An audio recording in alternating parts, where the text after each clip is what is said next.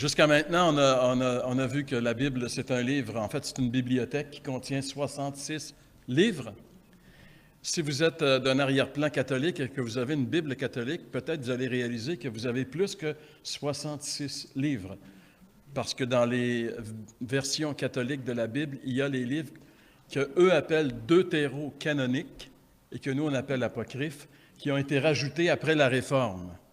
Après la Réforme, il y a eu un concile parce que l'Église catholique avait été très ébranlée par ce qui est arrivé avec Luther, Calvin, etc., qui en Europe ont complètement ébranlé fortement l'Église catholique. Donc l'Église s'est ressaisie et a fait un concile. Et à partir de ce moment-là, pour soutenir certaines doctrines qui étaient difficilement soutenables avec les livres de la Bible, ils ont mis des livres qu'ils appellent deutérocanoniques, comme les livres de Tobie, Judith, Maccabée, etc., qui historiquement sont des livres intéressants qui peuvent nous donner de l'histoire, particulièrement le livre des Maccabées, mais qui ne sont pas reconnus par les Juifs comme étant inspirés de Dieu, donc ils ne sont pas dans le canon des livres inspirés des Écritures chez les Juifs, alors que l'Église catholique, avant ce concile, je pense que c'était le concile de Trente, qui était dans la ville de Trente en Italie, c'est pour ça qu'on appelle le concile de Trente, ont décidé d'ajouter les livres deutérocanoniques ou apocryphes. Donc, l'Église protestante ne les a jamais reconnus, évidemment, ni les Juifs dans la Bible hébraïque, ils n'y apparaissent pas. Donc, c'est pour ça que nous, on croit que la Bible a 66 livres. Donc, c'est une bibliothèque, la Bible, de 66 livres, qu'on divise en deux grandes parties, l'Ancien Testament et le Nouveau Testament. Il y a dans l'Ancien Testament 39 livres, et dans le Nouveau, il y en a évidemment 27. Tout ça donne 66 livres. Les écrits de l'Ancien Testament, on les divise aussi par section. Les 5 premiers livres, on l'a vu depuis un certain temps, on les appelle comment déjà, les 5 premiers livres? Le Pentateuque, Pentateuchos, les 5 rouleaux, qui sont des livres écrits par Moïse. Et quand, par exemple, on lit dans le Nouveau Testament où Jésus dit « Moïse et les prophètes », Moïse, quand il dit « Moïse », il fait allusion à ces 5 livres qui, pour les Juifs, sont très importants, qui sont la Torah chez les Juifs, les 5 livres de Moïse, Genèse, Exode, Lévitique, Nombre et Deutéronome. Immédiatement après, on arrive dans une série de 12 livres dans l'Ancien Testament qui sont les livres historiques. À partir de la conquête de Josué, conquête du pays, installation du peuple dans le pays, jusqu'au schisme, etc., retour de l'exil, ça c'est les livres historiques. En fait, les livres historiques, ils sont placés dans nos Bibles, qui sont placés pas nécessairement de la même façon que dans la Bible hébraïque, qui sont placés à partir de Josué, et on va comme ça jusqu'à arriver à une autre série de livres. On va jusqu'à Esther, et après ça, on tombe dans les livres qu'on appelle les livres poétiques et sapientaux, livres de poésie et de sagesse, Job, Psaume, Proverbes, Ecclésiaste, Cantique des Cantiques. Et par la suite, on a encore une autre série de 5 livres et de 12 livres qu'on appelle les livres prophétiques, les grands prophètes et les 12 petits prophètes, qui vont nous amener jusqu'à 4 siècles avant le Nouveau Testament. Donc, le Nouveau Testament, tel qu'il nous est écrit, ne va pas jusqu'au Nouveau Testament. Il y a un trou de 4 siècles où il n'y a rien, il n'y a pas de révélation, il n'y a pas de prophète. Un trou qui est caractérisé par une attente eschatologique. Le peuple est dans l'attente. Et quand Jésus est venu, le peuple était hautement dans l'attente. Cette période de 4 siècles, elle est constamment... il y a énormément de livres apocalyptiques qui apparaissent parce que le peuple est dans l'attente. Et c'est là que les écrits apocalyptiques vont foisonner. Écrits apocalyptiques qui étaient déjà présents dans le livre de Daniel, entre autres Zacharie, dans les livres de l'Ancien Testament. Quelques livres, Daniel, Ézéchiel, sont des livres de nature apocalyptique. Mais la littérature profane va promouvoir beaucoup la littérature apocalyptique parce que le peuple est dans l'attente. Alors, quand Jean-Baptiste va commencer à prêcher, il se passe quelque chose. Le Nouveau Testament va commencer maintenant. Jean-Baptiste, c'est celui qui est le précurseur de Jésus. Et là, on va arriver avec la vie de Jésus, le Messie. 4 livres vont nous parler essentiellement de sa vie, Matthieu, Marc, Luc et Jean. Et par la suite, on a encore des livres narratifs, des livres qui... En fait, on a un livre narratif extraordinaire qui est le livre des Actes des Apôtres, qui relate 30 ans, des premières 30 années de l'histoire de l'Église, comment les premiers chrétiens ont réagi, comment ils ont évangélisé, quel était leur message. On a tout ça là-dedans. Et par la suite, on a les lettres, 13 lettres de l'apôtre Paul, des lettres qu'on appelle générales. Et on arrive à la fin avec un livre prophétique qui est le livre de l'Apocalypse. Donc, on va survoler ces livres-là pour voir un peu qu'est-ce qu'il y a dedans, pour essayer de stimuler notre désir de lire quotidiennement. Rappelez-vous le premier message qu'on avait eu, c'était de lire quotidiennement les Écritures, de prendre un temps chaque jour afin de lire, de façon de passer à travers la Bible d'une façon cursive, c'est-à-dire on commence à la Genèse et on va jusqu'en Apocalypse au moins une fois par année. Et pour ça, des fois, ça prend un petit peu d'encouragement, de stimulation. C'est ce qui explique la raison d'être de cette série sur le survol de la Bible. Alors, jusqu'à maintenant, je pensais qu'on allait aller beaucoup plus vite, mais on a vu 2 livres. On a vu le livre de la Genèse, qui est le livre des commencements, puis on a vu aussi que la Bible, c'est l'histoire de la rédemption. Donc, ça commence avec l'élection, le choix. Dieu va choisir un homme duquel il va tirer un peuple, et c'est de ce peuple-là que va venir la révélation, la parole de Dieu, et aussi le Messie. Le salut vient des Juifs, a dit Jésus. Et parmi les 66 livres de la Bible, il y a une quarantaine d'écrivains. Et parmi cette quarantaine d'écrivains, il y en a un seul qui n'est pas juif. C'est un docteur grec qui s'appelle Luc, qui a écrit l'Évangile selon Luc et qui a écrit le livre des Actes des Apôtres. Tout le reste a été écrit par des écrivains qui sont juifs. Les langues originales de la Bible sont, pour l'Ancien Testament, l'hébreu majoritairement et quelques passages en araméen. Et pour le Nouveau Testament, c'est le grec. Donc, c'est les 3 langues originales de la Bible, hébreu, araméen et grec. Alors, on a vu donc la Genèse, on a vu l'Exode, on a vu que la Genèse se termine avec le peuple élu qui se retrouve en Égypte, accueilli par le Pharaon, qui est très content de les avoir parce que leur fils Joseph est lui qui règne sur l'Égypte. On a vu que le temps va passer, ce Pharaon va mourir et que les Hébreux vont devenir des esclaves et vont souffrir atrocement en Égypte pendant 4 siècles. Ils vont crier à Dieu de les libérer et Dieu va susciter un libérateur dans la personne de Moïse. On a vu ça la dernière fois lorsqu'on a survolé le livre de l'Exode. Exode veut dire sortie, exit, c'est la sortie de l'esclavage vers le pays de la liberté, le pays où coule le lait et le miel, le pays de Canaan, le pays du peuple de Dieu. Dans le livre de la Genèse, j'ai parlé de beaucoup de choses, mais je réfléchissais à ça ce matin. J'ai oublié de mentionner un personnage étrange qui apparaît à un moment donné, pas longtemps, qu'on ne voit pas souvent dans les Écritures, mais qui est très, très important. Il s'appelle Melchisédek. Il est à la fois prêtre et roi. Donc, il cumule 2 fonctions qui, normalement, en Israël, ne sont pas cumulées par une personne. Le grand prêtre est une personne, le roi est une autre personne. En Israël, il n'y a pas de fusion entre la religion et le gouvernement. C'est séparé. C'est vraiment un État laïque, Israël. La religion, c'est la religion. L'État, c'est l'État. Sauf que, évidemment, étant donné que c'est une théocratie, Dieu veille sur tout ça et très souvent, le sacrificateur a plus d'influence que le roi presque sur le pays. Donc, on voit ça. Melchisédek, on le retrouve dans le psaume 110, psaume hautement messianique, qui stipule que le Messie qui va venir, il va être sacrificateur selon l'ordre de Melchisédek. Melchisédek, personnage intéressant parce qu'il n'y a pas de descendance, ni père ni mère.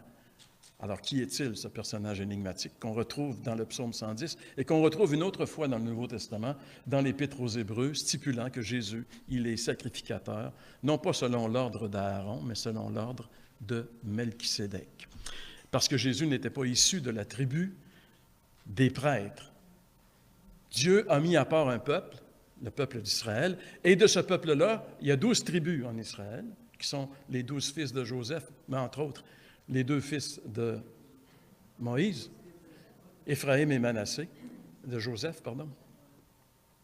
Et ça forme les 12 tribus. Et Dieu va prendre une tribu pour en faire des prêtres, des serviteurs particuliers qu'il va mettre à part. Et cette tribu, c'est la tribu de Lévi. Alors, ça nous amène à notre 3e livre dans le Pentateuque, Genèse, Exode et le livre du Lévitique. Le livre du Lévitique. Le livre du Lévitique, on pourrait dire, la Genèse, c'est le livre de l'élection. L'Exode, c'est le livre de la rédemption, libération de l'esclavage. Et maintenant, on arrive dans le livre de l'expiation. Dans le livre du Lévitique, c'est un livre vraiment spécial. Très souvent, c'est là que les gens abandonnent leur lecture. Parce que ce qu'on voit là-dedans, c'est des lois. C'est un livre de lois, de commandements et de sacrifices. Il n'y a pas tellement de narratif là-dedans, donc là, on est habitué à lire des histoires intéressantes. On arrive, badang, dans un livre légal. Oh, y a-t-il quelque chose de plus un peu plate à lire que... Par contre, quand on comprend et qu'on saisit que le livre du Lévitique, c'est peut-être le livre de l'Ancien Testament qui nous présente la sainteté de Christ plus que n'importe quel autre livre, là, on découvre une autre façon de le voir. Et je me rappelle d'un ouvrier dans l'œuvre qui disait « Ah, j'ai tellement été béni par ma dernière lecture du livre du Lévitique, j'ai envie de présenter une série. Il me demandait si qu'est-ce que tu penses de ça si je présenterais une série dans l'Église sur le Lévitique? » Ben, moi, j'ai dit « Écoute, fais ce que tu veux, là, c'est pas de mes affaires, mais c'est un peu risqué. Je pense qu'il va falloir que tu sois très, très bon dans la possibilité d'appliquer les vérités qui sont là à Jésus, tu sais, le rendre christologique continuellement, sinon tu vas perdre ton monde. Mais c'est tout ce que j'avais à lui dire. Mais lui, il l'avait saisi et il se nourrissait de ce livre-là d'une manière incroyable, parce que le livre du Lévitique, c'est un livre qui est quand même intéressant. C'est un petit livre à comparer à Genèse et à Exode. Il y a 27 chapitres et ça traite essentiellement et exclusivement du culte judaïque. Le thème central du livre, c'est la sainteté de Dieu. Le thème central du livre du Lévitique, c'est la sainteté de Dieu. On retrouve, par exemple, à 3 reprises dans le livre du Lévitique, des versets qui nous parlent de la sainteté de Dieu. Par exemple, ici, dans Lévitique 11, 44, « Je suis l'Éternel, votre Dieu, vous vous sanctifierez et vous serez saints, car je suis saint. Et vous ne vous rendrez point impurs par tous ces reptiles qui rampent sur la terre. Vous serez saints, car je suis saint. » C'est intéressant parce que ce livre-là va développer la sainteté de Dieu. Et parce que Dieu est saint et que nous, on est loin d'être saints, alors pour s'approcher de Dieu, ce n'est pas évident. Comment s'approcher de Dieu quand on est avec une nature déchue, alors que Dieu, il est 3 fois saint? Comment c'est possible de s'approcher de lui? Le livre du Lévitique va nous démontrer que c'est possible, mais à travers des sacrifices. Tu ne peux pas te présenter devant Dieu sans avoir un sacrifice à offrir pour différentes raisons. Et c'est ce qui explique le livre du Lévitique. Donc, la sainteté de Dieu, c'est le thème qu'on retrouve ici dans le livre du Lévitique. À 3 reprises, il est dit « Vous serez saints car je suis saint ». Et Jésus va utiliser la même formule dans le Sermon sur la montagne, lorsqu'il va dire soyez saints car votre Père est saint, ou quelque chose comme ça. Et Pierre va utiliser la même chose dans une de ses lettres. Vous serez saints car je suis saint, dit l'Éternel, lorsqu'il s'adresse au peuple de Dieu. Donc, du livre du Lévitique, il va y avoir des répercussions dans les discours de Jésus et dans celui de Pierre également, pour dire que c'est quand même ce que le livre du Lévitique est en train de nous révéler, c'est quelque chose de très important et qu'on a besoin de saisir. Dieu est saint. Dieu est saint et la Bible dit qu'il est 3 fois saint. Et c'est difficile pour nous de concevoir la sainteté de Dieu, mais il faut en arriver à saisir dans une certaine mesure ce que ça signifie que notre Dieu soit saint. Alors, comme on ne peut pas l'approcher sans offrir des sacrifices, le livre du Lévitique va faire la description de différentes sortes de sacrifices.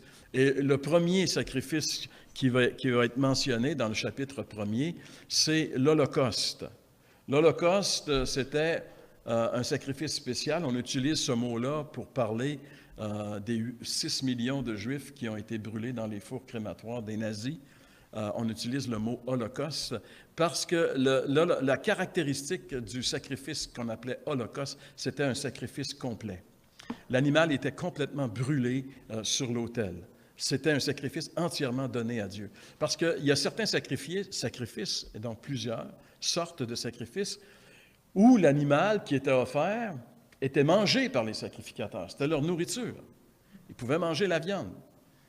Puis il y avait des bonnes parties de l'animal. Alors, ils pouvaient manger la viande. Sauf l'Holocauste, ils ne pouvaient pas le manger. Tout appartenait à Dieu. C'est le premier sacrifice. Et on sait très bien qu'on peut identifier Jésus par le sacrifice de l'Holocauste. Par la suite, il y a les offrandes, les différentes offrandes offertes à Dieu. Et les sacrifices sont détaillés.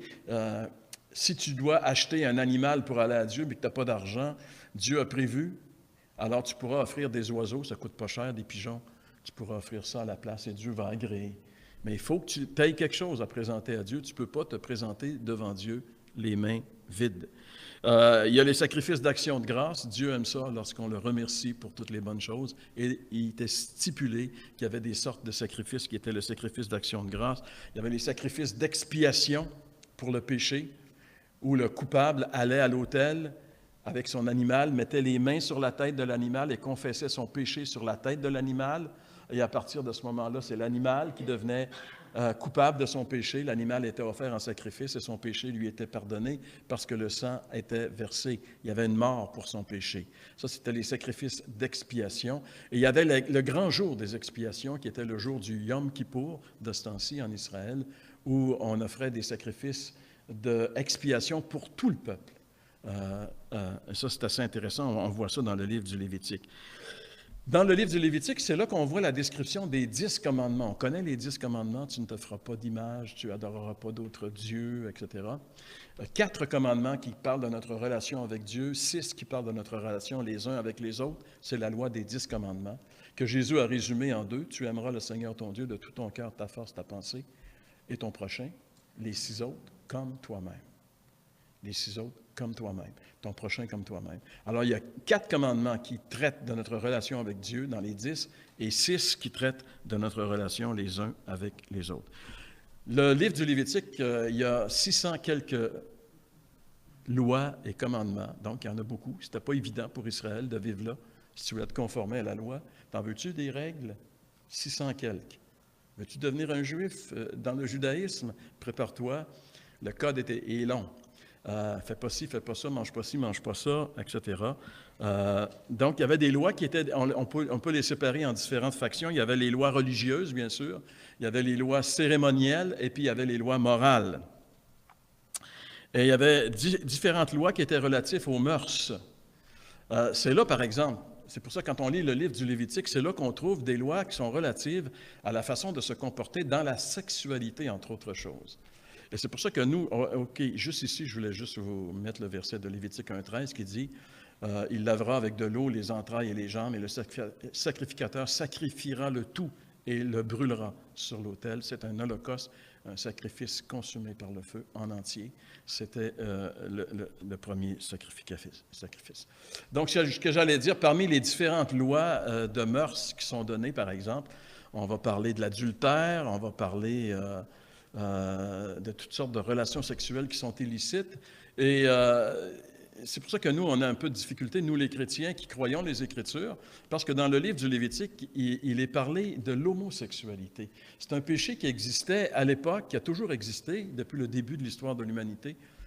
Tu sais, quand Dieu a dit un homme, une femme, il a créé un homme, il a créé une femme, et il leur a donné la responsabilité de remplir la terre, etc. Dès que Dieu donne un principe, le cœur de l'homme qui est pécheur est en rébellion contre lui.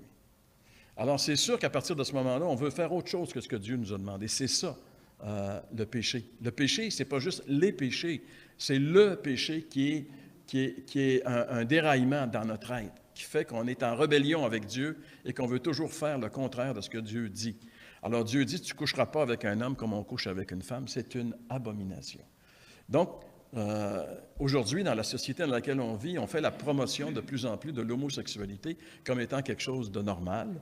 Et non seulement on en fait la promotion, chez nos enfants, dans nos écoles, même primaires, on les enseigne maintenant que même qu'ils doivent essayer éventuellement pour savoir quelle est leur orientation sexuelle. On est rendu là. Mais la Bible est catégorique là-dessus. C'est pour ça que nous, moi je dis, on va avoir des problèmes éventuellement. On va avoir des problèmes. Pourquoi? Parce que si tu es chrétien, que tu crois que la Bible est vraiment la parole de Dieu, ben tu te dis, écoute, moi je les aime, les homosexuels, je veux qu'ils soient sauvés, mais leur comportement, selon les Écritures, est un comportement péché. Ils doivent se repentir et changer. Dieu est puissant pour les transformer, les pardonner. Notre approche avec ces gens-là, c'est pas une approche de les regarder comme si c'était une peste vivante, mais les regarder comme des gens qui, malheureusement, ont été trompés dans leur raisonnement par l'ennemi et ils ont cru un mensonge. Ils ont cru que c'était bien ça, alors que Dieu dit non. Et non seulement ça, mais c'était un péché qui était tellement reconnu comme sévère par Dieu que Dieu va dire, si un homme couche avec un homme, comme on couche avec une femme, ils ont fait tous les deux une chose abominable, ils seront punis de mort, leur sang retombera sur eux.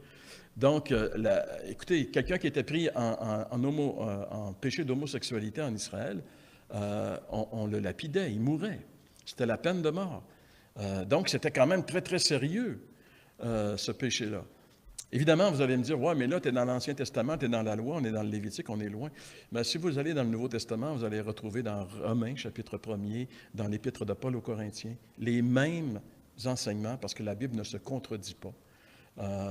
Paul va dire aux Corinthiens qu'il y avait parmi vous des homosexuels, c'est ce que vous étiez, mais vous avez été lavés, vous avez été pardonnés, vous avez été justifiés par votre foi en Christ. Donc, il y a de l'espoir pour ça, mais il faut reconnaître d'abord que c'est un comportement qui déplaît à Dieu, que Dieu condamne. Alors, comment est-ce qu'on peut savoir, dans notre société contemporaine, moderne, qui fait... Parce que moi, je quand même commence à avoir un âge respectable, mes cheveux le démontrent, mais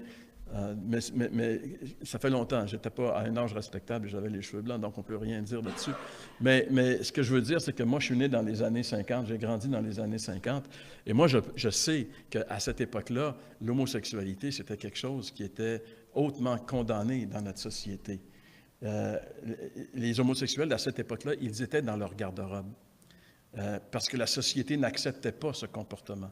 Mais on a vu l'évolution qui s'est produite, ces gens-là qui ont fait des pressions sur le gouvernement, qui ont réussi à obtenir des postes de direction très importants pour faire changer les lois, faire changer l'approche. Et aujourd'hui, c'est devenu... Moi, je vous le dis, dans quelque temps, et sinon déjà maintenant, tous ceux qui vont se lever contre l'homosexualité vont être persécutés. C'est certain. Et je pense, à cause de ça, notez bien ce que je vous dis ce matin, à cause de ça, je crois que dans quelques années, la Bible va être un livre qui va être mis à l'index comme étant un livre de propagande haineuse à cause de ces passages-là. Mais le Seigneur nous a dit que ce ne sera pas facile. On doit croire ce que la Bible dit, on doit assumer ce qu'on croit et on doit être capable de le défendre également. Donc, juste pour vous donner une idée, ça c'est un des commandements qui est là, mais il y en a plusieurs. Mais heureusement, on n'est pas sous la loi. Mais la loi, elle est détaillée ici. On sait c'est quoi la loi. La loi parle de la sainteté de Dieu. Parce que Dieu est saint, il y a des choses qu'il ne peut tolérer dans sa présence. Et c'est très, très, très bien décrit dans le livre du Lévitique. Les personnages importants du livre du Lévitique, il y a d'abord, bien sûr, Aaron. Aaron, c'est en réalité le grand prêtre, le premier grand prêtre, souverain sacrificateur. Je ne sais pas ce qui se passe ici. Normalement.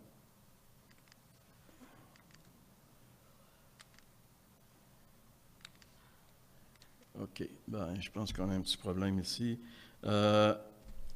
Aaron avait 4 fils. Vous les connaissez bien? Je suis persuadé que vous connaissez leurs noms. Quels sont les noms des 4 fils d'Aaron?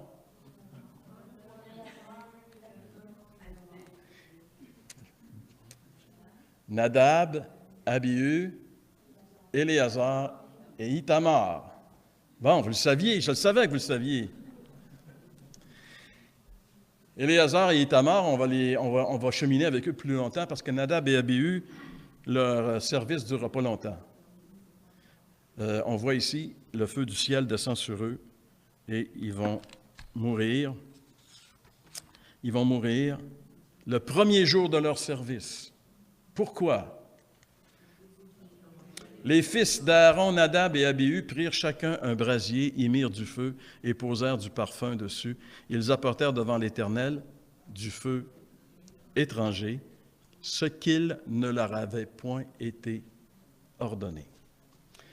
Écoutez, les gars là, ils ont pris une initiative personnelle. On dit, on sert Dieu, regarde, on va y amener un bon parfum.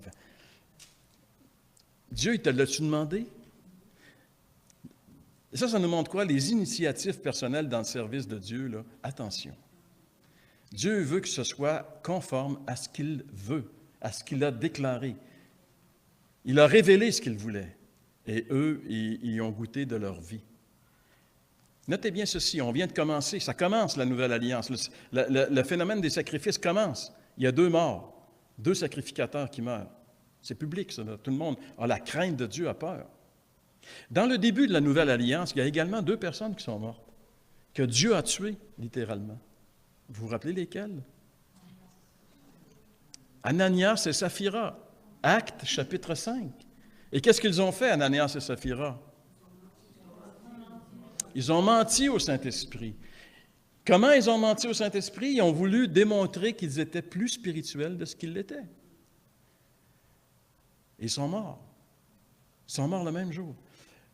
C'est intéressant de constater qu'au début de la première alliance, 2 morts. Au début de la nouvelle alliance, 2 morts. Pourquoi? Dieu dit, garde, je suis sérieux, moi. Moi, je suis sérieux. Peut-être que vous autres, vous ne l'êtes pas, mais moi, je le suis. Donc, Dieu est sérieux. Et ça, c'est une vérité qui ressort de toutes les Écritures. Nadab et Abihu sont morts parce qu'ils ont amené du feu étranger. Le chapitre 23 du livre du Lévitique est un chapitre intéressant parce que c'est un chapitre qui nous montre les 7 fêtes de l'Éternel. Il y avait 7 fêtes qui rythmaient la vie en Israël. Et encore aujourd'hui, la vie en Israël est rythmée par les fêtes de l'Éternel. Et même dans la diaspora, même à Montréal, quand c'est la fête des cabanes, allez dans le coin de la Côte-des-Neiges et vous allez voir sur les galeries des Juifs des cabanes en branches, en bambou, tout ce que tu voudras. Pourquoi ça? Parce que c'est une fête de Dieu qu'il fallait observer si on était juif. Alors voyez-vous, c'est les 7 fêtes et la première des fêtes. La première des fêtes des Juifs, c'est laquelle? Une fête qui revient à chaque semaine? Le Shabbat, le sabbat. Le sabbat, c'est le jour de Dieu. Tu ne travailleras pas le jour. Le mot sabbat, Shabbat, veut dire repos. Dieu savait que l'homme, si tu lui mets pas un terme, il va se brûler au travail. Dieu connaissait l'être humain, puis il ne veut pas. Dieu ne veut pas. Non, mais Dieu est le Dieu du repos. Qu'est-ce que Jésus a dit? Venez à moi, vous tous qui êtes fatigués et chargés, je vous donnerai du repos. Dieu est le Dieu du repos. Le sabbat nous rappelle cette vérité. La deuxième grande fête, une des plus grandes fêtes, c'est la Pâque. La Pâque qui est la fête qui rappelle la libération d'Égypte. Et tous les Juifs à la Pâque, tous les mâles, adultes, c'est-à-dire qui avaient fait leur bar mitzvah, qui avaient plus que 13 ans, devaient se rendre à Jérusalem, même s'ils vivaient loin, pour la fête de la Pâque. C'est pour ça que la fête de Pâques, il y a énormément de monde à Jérusalem.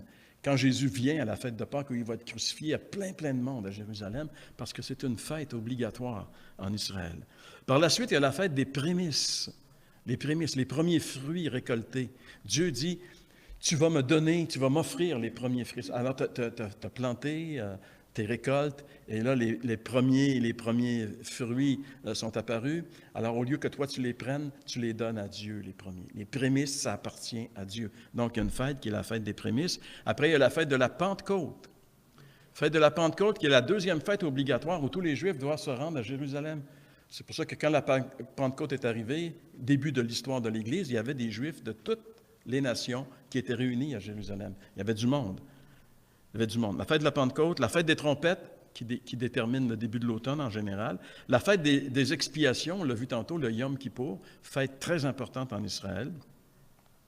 Tous les Juifs fêtent encore aujourd'hui le Yom Kippour, c'est important. C'est tellement important qu'en 1967, les Arabes autour d'Israël savaient que le Yom Kippour, les Juifs sont en fête. Alors, qu'est-ce qu'ils ont décidé de faire? Attaquer. Attaquer. Mais malheureusement pour eux, ça a été contre eux. Ça a été une grande victoire pour Israël. Et il y avait aussi la fête que je vous ai parlé tantôt, la fête qu'on appelle la fête des tabernacles ou la fête des cabanes. Dans les nouvelles versions, on dit la fête des cabanes. Tabernacle, ça veut dire habitation, qui rappelle que dans le désert, ils ont vécu sous des tentes. Alors, il y avait la fête des cabanes, la fête des tabernacles. Le chapitre 25, on termine avec le chapitre 25 du livre du Lévitique, parle des sabbats. Il parle de l'observance des sabbats. À tous les 7e jours, tu arrêtes de travailler et tu te consacres à Dieu. Après 7 années, alors après 7 jours, tu arrêtes. Après 7 années, tu arrêtes. Là, c'est l'année sabbatique. Alors là, tu te reposes 1 an. 1 an! Wow! Puis après 7 années sabbatiques, 7 fois 7, 49, ça va tomber au jubilé. 50e année, c'est le jubilé. Donc, imaginez-vous le jubilé. Juste avant, tu as une année sabbatique. Et après, tu as le jubilé. 2 ans de suite, tu ne travailles pas. Wow! Dieu est le Dieu du repos. Et c'est ce qu'on voit dans les Écritures. Dieu dit, énerve pas, je vais pourvoir à tes besoins. Repose-toi et prends le temps d'être avec moi. C'est pour ça le repos en Israël. Alors, c'est ce qu'on voit dans le livre. Alors, vous voyez, le livre du Lévitique, quand même, ce n'est pas un livre trop effrayant. C'est un livre rempli de choses qui sont très instructives pour nous, la sainteté de Dieu. Et après qu'on a vu le livre du Lévitique, on arrive dans le livre des Nombres. Eh bien là, on arrive dans un livre qui est intéressant. Là, on sort d'un livre d'un code légal pour tomber dans l'histoire du peuple dans le désert. Les 38 ans, ou si vous voulez, on met 40 ans, que le peuple a erré dans le désert sont écrits dans le livre des Nombres. En fait, depuis le moment où ils vont quitter le Sinaï, jusqu'à ce qu'ils rentrent dans la terre promise, c'est écrit dans le livre des Nombres. Donc, ce livre-là couvre 38 ans de marche du peuple d'Israël dans le désert depuis, je ne sais pas si vous allez bien voir, je suis un peu maniaque, moi, des cartes et de la géographie. La petite ligne numéro 1 en rouge que vous voyez ici, c'est la ligne où le peuple est libéré, qui montre le trajet où le peuple sort du pays de Goshen, en Égypte. Les Juifs libérés traversent la mer Rouge, une petite plaque d'eau, et descendent jusqu'au mont Sinaï. Et là, ils vont arrêter presque 2 ans, ils vont être au mont Sinaï. Tu sais, quand on lit ça, des fois, on pense qu'ils ont fait juste un petit pique-nique. Là. Non, ils ont resté longtemps au Sinaï. Le temps de bien saisir la loi, le temps de construire l'arche, le tabernacle. Et par la suite, ils vont partir. Alors, le livre des Nombres commence à partir du moment où ils quittent le Sinaï pour rentrer dans la terre promise. Et ça aurait été une question de quelques mois, finalement. Si vous regardez la ligne numéro 2 en jaune, c'est le chemin qu'ils traversent. Et là, la ligne a fait comme un petit détour comme ça, parce que là, ils vont envoyer des espions pour voir le pays où ils vont entrer. Alors, ils sont rendus à la porte du pays maintenant. Ça ne fait pas longtemps qu'ils ont quitté le Sinaï. Ils sont rendus à la porte du pays. Ils vont rentrer dans le pays. Et puis, il va se passer des choses qu'on va voir. Dans le livre des Nombres, on les voit, les choses en détail. Les choses qui vont faire que Dieu va dire, OK, vous voulez mourir dans le désert? Bien, vous allez mourir dans le désert. Alors, toute cette génération-là, le cercle 3, la ligne verte 3, ils vont errer dans le désert de Tsin. Ils vont errer pendant 38 ans, jusqu'à ce qu'ils arrivent, ligne numéro 4, dans les plaines de Moab, où ils vont faire la conquête à partir de là, de la terre promise. Donc, c'est ce qu'on voit dans le livre des... Le livre des Nombres nous parle de ce qui se passe avec le peuple pendant cette période-là. C'est un livre qui contient 36 chapitres et qui relate la mise à l'épreuve. En réalité, Dieu, dans le désert, met son peuple à l'épreuve. Il teste son peuple. Et dans toutes sortes de situations. Et quand on regarde les tests que Dieu fait avec son peuple, on réalise que c'est la même chose qu'il fait dans nos vies. On a à vivre les mêmes tests dans notre vie. On est dans notre désert jusqu'à ce qu'on rentre dans la terre promise. Quand on est sauvé, Dieu ne nous prend pas tout de suite pour nous amener dans la terre promise, dans sa présence. Il nous laisse ici-bas, alors ça devient notre désert. Et qu'est-ce qu'on va faire? Comment on va réagir? Alors, quand on lit le livre des Nombres, on va voir comment réagir. C'est pour ça que l'apôtre Paul, lorsqu'il écrit aux Corinthiens, faisant référence au livre des Nombres, il leur dit « Ces choses sont arrivées pour nous servir d'exemple, afin que nous n'ayons pas de mauvais désirs comme ils en ont eu. Ces choses leur sont arrivées pour servir d'exemple et elles ont été écrites pour notre instruction à nous qui sommes parvenus à la fin des siècles. » Alors, pour Paul, lire le livre des Nombres, c'est pour nous. C'est pour nous qui vivons dans cette période finale de l'histoire de l'humanité. Quels sont les personnages importants dans le livre des Nombres? Eh bien, d'abord, on va les voir ici apparaître, un derrière l'autre. Évidemment, Moïse, qui est le grand législateur, l'homme qui est le libérateur. Il y a Aaron, qui est bien sûr le grand souverain sacrificateur. Il y a une femme qui s'appelle Myriam ou Marie dans nos versions, qui est la grande sœur de ces deux gars-là. Grande sœur de Moïse et d'Aaron, Myriam. Et Dieu va dire dans le prophète Michée, rappelant au peuple d'Israël, « Je t'ai fait monter du pays d'Égypte, je t'ai délivré de la maison de servitude et j'ai envoyé devant toi Moïse, Aaron et Marie. » Intéressant. Intéressant parce que les leaders que Dieu a suscités pour conduire son peuple dans le désert, c'est une même famille, 3 membres d'une même famille. Et dans les leaders, il y a une femme qui s'appelle Myriam. Moïse, c'est le législateur. Aaron, c'est le prêtre. Myriam, c'est la louange, le chant. On la voit, elle chante. Elle est prophétesse aussi. Donc, c'est les leaders.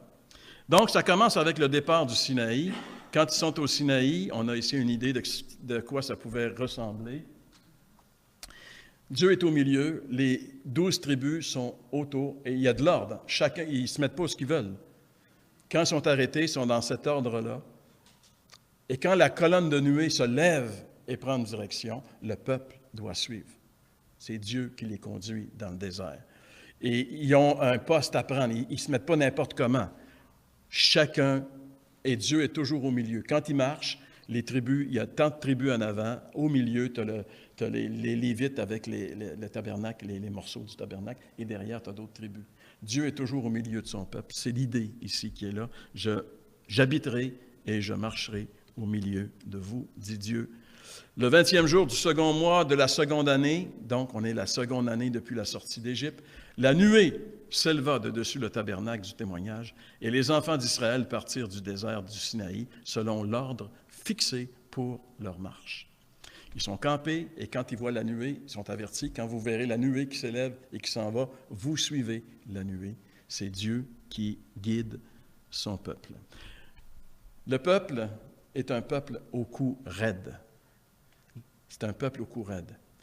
Et une des caractéristiques, un péché qu'ils commettent beaucoup, c'est le murmure. Ils ne sont jamais contents. Ils se plaignent tout le temps. Je sais là, que c'est très différent de vous, là, mais eux sont toujours en train, ils ne sont jamais contents de rien. Mais qu'est-ce que ce livre-là nous apprend? Que Dieu n'aime pas le murmure. Qu'est-ce que Paul dit? Je relisais ça, j'en parlais avec Luc dans Philippiens. Paul dit, « Je suis toujours content de l'état où je suis, soit dans la disette, soit dans l'abondance. » Je suis content. Moi, je suis un gars content. Paul avait trouvé quelque chose d'extraordinaire, le contentement, ce qu'eux n'avaient pas trouvé. Si tu n'es pas content de ta situation, tu ne seras jamais content, peu importe la situation. Le contentement, c'est un état qui n'est pas relatif à ton environnement, mais c'est un état. Tu dois décider un jour d'être content. En tout cas, puis alors eux, ils se plaignent tout le temps. Le ramassis des gens qui se trouvaient au milieu d'Israël fut saisi de convoitise, et même les enfants d'Israël recommencèrent à pleurer et dire « Qui nous donnera de la viande à manger? » Ils sont tannés de manger de la manne. Alors donc, Dieu va intervenir devant ces murmures. On a parlé tantôt des leaders. Ça, c'est une femme qui a la lèpre. La grande sœur d'Aaron, à un moment donné, avec son frère Aaron, vont dire « Hey, nous autres, là, on est aussi bons que lui. Hein? On pourrait, nous autres, guider le peuple. Hein? » Puis en plus, lui, il a pris une femme parmi les étrangères. Hey! Il est coupable. Alors là, on parle contre Moïse. Mais ce qu'ils ne savent pas, c'est que Dieu entend tout ça. Et quand tu parles contre quelqu'un, là, tu sais, des fois, tu regardes, il n'y a personne. Dieu, il entend tout ça. Puis peut-être aussi les Américains avec leur satellite, pour ça. Marie et Aaron parlèrent contre Moïse. Parler contre quelqu'un. La colère de l'Éternel s'enflamma contre eux et il s'en alla. La nuée se retira de dessus la tente. C'est grave, là. Dieu s'en va, là. Et voici, Marie était frappée d'une lèpre blanche comme la neige. Là, ils ont réalisé la folie qu'ils ont fait, de parler contre leur frère. Pourquoi? Parce que Moïse n'est pas mieux qu'eux, mais c'est Dieu qui l'a choisi, qui l'a établi, qui l'a mis là. C'est Dieu qui choisit les leaders, qui les place. Si Dieu le fait, regarde, t'es qui, toi, pour critiquer le choix de Dieu? Alors, c'est un peu ce que nous apprend ici, cette chose-là. Par la suite, on a l'envoi des 12, on en a parlé tantôt. Les 12 espions entrent dans le pays, puis ils disent c'est un pays extraordinaire où coule le lait et le miel. Ils sont 2 pour ramener une grappe de raisin. Maintenant, ici, il y a plusieurs grappes, là, mais la Bible dit qu'il y avait une grappe. Pour la ramener, il était 2 gars. Imagine-toi les raisins. Tu sais, un raisin, tu fais 10 tartes. Tu sais. Alors, ils disent, c'est un pays extraordinaire. Mais il y a un problème. Dans ce pays-là, il y a des géants, les enfants d'Anak. Tu sais, on va le voir plus tard avec Goliath. Puis eux autres, là, ils vont nous détruire. On ne peut pas rentrer là, on va mourir. Ils vont décourager le peuple, les espions. Ils décrièrent devant les enfants d'Israël le pays qu'ils avaient exploré. Ils dirent, le pays que nous avons parcouru pour l'explorer est un pays qui dévore ses habitants. Tous ceux que nous avons vus sont des hommes d'une haute taille. Et nous avons vu des géants, enfants d'Anak, de la race des géants. Nous étions à leurs yeux comme des sauterelles. Et toute l'assemblée éleva la voix et poussa des cris. Le peuple pleura pendant la nuit. Le peuple est complètement découragé. On ne peut pas rentrer là-dedans, on va se faire tuer. Dieu entend ça. Et Dieu va leur dire, « OK, vous ne voulez pas rentrer dans la terre promise que je vous donne? Vous voulez mourir dans le désert? Soit, vous allez mourir. » Alors, toute cette génération-là va mourir et va être enterrée dans le sable et dans les cailloux du désert. Sauf 2 personnes. Il y a juste 2 personnes de la vieille génération qui vont entrer. Josué et Caleb. C'est les 2 seules personnes. Alors, c'est intéressant de lire ça, parce que quand tu lis ces histoires-là, tu te dis, moi, est-ce que je serais dans un des 12 qui découragerait le peuple, ou je serais un Josué ou un Caleb? Hein? Ce pas des jeunes, là. Tu sais, Caleb, là, quand il rentre dans le pays, il a 85 ans. Puis il va dire à Josué, « Donne-moi ma montagne. » Josué dit, « Elle est pleine de géants. Donne-moi ma montagne. On va avoir du fun. » 85 ans. Un homme de foi. Caleb. OK. Et puis, il y a bien sûr l'expérience des serpents brûlants. Encore là, le peuple murmure. Dieu envoie des serpents venimeux. Les gens sont piqués et meurent. Ils ont tellement peur de tout mourir qu'ils disent à Moïse, trouve-nous dis à Dieu qu'il nous donne un remède. Dieu leur donne le remède. Fais-toi un serpent en métal, mets-le sur une perche et toute personne qui sera mordue, qui est en train de mourir, qui regarde le serpent, va conserver la vie. Et Jésus va utiliser cette même figure de l'Ancien Testament. C'est pour ça que, regarde, si Jésus connaissait le livre des Nombres, c'est important pour nous de le lire pour, comme Jésus le connaître. Jésus va dire, comme Moïse éleva le serpent, il faut que le Fils de l'homme soit élevé, afin que quiconque croit en lui ne périsse pas, mais qu'il ait la vie éternelle. Jésus va se servir de cette expérience pour démontrer que le salut, notre salut, il est entièrement par la foi. Par la grâce de Dieu. Qu'est-ce que la personne qui était enflée, qui était en train de mourir, qui commençait, regardait le serpent, elle avait juste à regarder. C'était pas logique. Ça ne marchait pas par la logique, ça marchait par la foi. Et le salut, c'est pareil. Ce n'est pas logique, c'est la foi. Christ prend tes péchés et meurt sur la croix. Tu te tournes vers lui, tu mets ta confiance en lui et tu obtiens le pardon de tous tes péchés et la vie éternelle. Jésus va se servir de ça pour dire à Abraham, pour dire à Nicodème, c'est quoi la nouvelle naissance? Il y a un gars qui s'appelle Balak, qui est le roi de Moab. Il voit arriver ce peuple. Écoutez, 1 500 000 personnes qui marchent dans le désert avec des animaux et toutes sortes d'affaires. Le peuple a peur. Non, vous ne passerez pas ici. Vous ne passerez pas chez nous, ils vont tout détruire. Alors il dit, il va appeler un prophète qui s'appelle Balaam. Hein? OK, ça c'est bon. L'Éternel dit à Moïse, fais-toi un serpent brûlant et place-le sur une perche. Quiconque aura été mordu et le regardera, conservera la vie. Alors donc, Balaam, Balak envoie des émissaires auprès de Balaam pour lui dire, viens maudire le peuple d'Israël. Balaam prie Dieu, dit, je vais-tu y aller? Dieu dit, non, tu n'y vas pas. C'est clair, tu n'y vas pas. Il y a une belle leçon ici. Quand Dieu dit une chose une fois, on ne devra pas forcer la note. Alors, il envoie un autre émissaire. Viens. Et là, Balaam va encore... mais là, Dieu dit, OK, vas-y. Tu sais. Mais comme si Dieu faisait une concession. Mais en fait, Dieu ne veut pas qu'il y aille. Et la plus belle preuve, c'est que sur le chemin, il y a un ange qui va lui apparaître avec son épée dans la main pour le tuer. Et en fait, c'est l'histoire de Balak et de Balaam. Et il ne sera pas capable de maudire le peuple. Il va dire à Balak, Dieu n'aperçoit point d'iniquité en Jacob, il ne voit point d'injustice en Israël. L'Éternel, son Dieu, est avec lui, il est son roi, l'objet de son allégresse. Dieu les a fait sortir d'Égypte, il est pour eux comme la vigueur du buffle. L'enchantement ne peut rien contre Jacob, ni la divination contre Israël. Alors, il ne peut pas maudire le peuple, mais qu'est-ce qu'il va faire? Il va dire, écoute, moi je connais ces gars-là. Ils aiment les femmes. Toi, tu as des belles femmes. Que tes femmes aillent séduire les Juifs, et ce ne sera pas long, vous allez pouvoir les amener dans votre religion comme rien. Et c'est ce qui s'est produit. Et c'est pour ça que dans le Nouveau Testament, on voit que Balaam est condamné pour ça, parce qu'il a incité le peuple juif à adorer les idoles à travers les femmes de Moab. Finalement, le dernier livre du Pentateuque, on va juste terminer, même si on dépasse de quelques minutes ce matin, je veux juste terminer avec le livre du Deutéronome.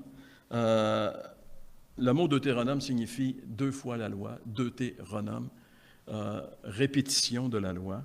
La première fois que la loi a été donnée, elle a été donnée sur le mont Sinaï.